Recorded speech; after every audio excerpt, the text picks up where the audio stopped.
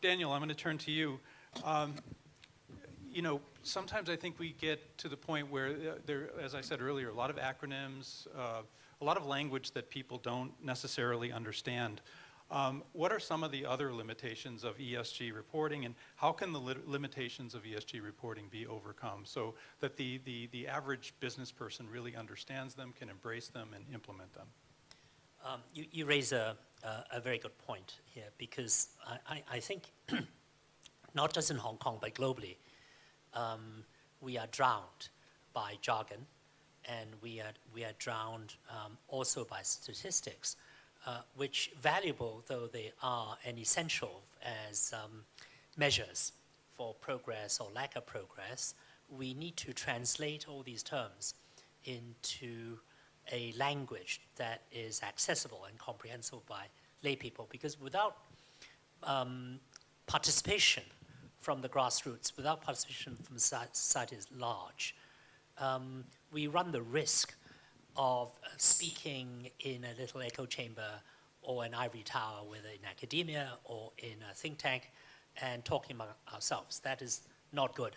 So we really need to break out of this sort of specialist paradigm, because ultimately the success or failure of all of these initiatives depends on broad public participation and support. And I think we are very lucky or blessed in Hong Kong that we have a generally very highly educated and aware society.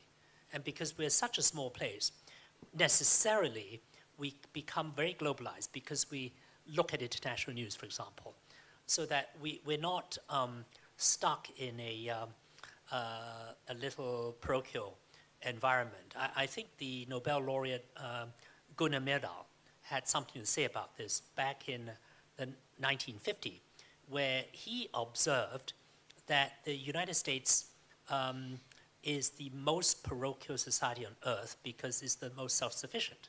Now, conversely, we are one of the least self-sufficient places on earth because we have no natural resources. The only resource we have are our people and the talent that they bring to the table. So I think it's very important that the messaging speaks to the general environment as opposed to a specialist audience. I'm foursquare with you behind the push to avoid jargon, like when we talk about global carbon emissions, why do we use an acronym? Why should we do that? Because it's self-evident. And why would we talk about SEEE when we're talking about a Shanghai emissions market and so on?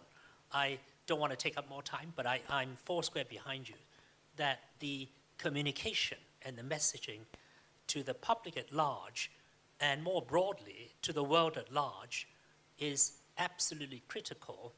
When one of our speakers earlier talked about villages in Madhya Pradesh, one of the poorest states in India, being, as it were, fintech cognizant, that's the audience we should reach. Right.